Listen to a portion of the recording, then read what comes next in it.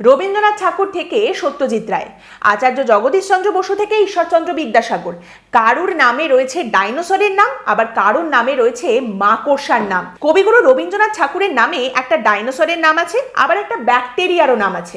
ব্যাকটেরিয়াটার নাম হচ্ছে প্যান্টোয়া টেগোরেই, এবং এই ব্যাকটেরিয়া নাকি গাছেদের বৃদ্ধিতে দারুণভাবে সাহায্য করে। আবার আচার্য জগদীশচন্দ্র বসুর নামে নামকরণ করা হয়েছে একটি মাকড়সার, আর সেটার নাম হলো হেলিগমোমেরাস জগদীশচন্দ্র সোলেনোস্টোমা বিদ্যাসাগরিয়েন্সিস। বুঝতেই পারছেন, ঈশ্বরচন্দ্র বিদ্যাসাগরের নাম অনুযায়ী এইটা হচ্ছে একটা নতুন উদ্ভিদ প্রজাতির নাম। আর সত্যজিৎ রায়ের নাম অনুযায়ী নাম করা হয়েছিল কোটি কোটি বছর আগে বিলুপ্ত হয়ে যাওয়া একটি সামুদ্রিক প্রাণী, যে জীবাশ্মটা খুঁজে পাওয়া গিয়েছিল, এবং সেই প্রজাতিটার নামকরণ করা হয়েছিল অ্যাঙ্গোলিথিস রেই। আর এই প্রাণীটা খুঁজে পাওয়া গিয়েছিল জয়সলমীর অববাহিকায়, এবং সেই জয়সলমীর, সোনার কেল্লা, সত্যজিৎ রায়, অতএব নামকরণের তাৎপর্য আর কানেকশনটা অবশ্যই বুঝতে পারছেন। আর রবীন্দ্রনাথ ঠাকুরের নামে যে ডাইনোসরটার নাম করা হয়েছিল সেটার নাম ছিল বরাপাসোরাস টেগোরেই।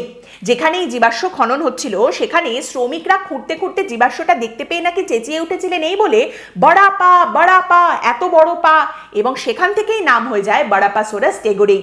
রবীন্দ্রনাথ ঠাকুরের জন্ম শতবর্ষে এই জীবাশ্ম আবিষ্কার হয়েছিল, এবং সেই কারণেই কিন্তু এই নামকরণটা করা হয়েছিল। আর একদম শেষে আসি সেই ডাইনোসরের কথায় যার নাম দেওয়া হয়েছে আমাদের দেশের একটা আস্ত ইনস্টিটিউশনের নাম অনুসারে। সেই ডাইনোসরের প্রজাতির নাম হচ্ছে আইএসআইসরাস কোলবার্টি। বুঝতেই পারছেন, নামটা এসেছে ইন্ডিয়ান স্ট্যাটিস্টিক্যাল ইনস্টিটিউট বা আইএসআই থেকে। এই আইএসআই এর বিজ্ঞানীরা এটা আবিষ্কার করেছিলেন, এবং এই যে কোলবার্টি নামের দ্বিতীয় ভাগে রয়েছে, এটারও কিন্তু একটা আলাদা তাৎপর্য রয়েছে।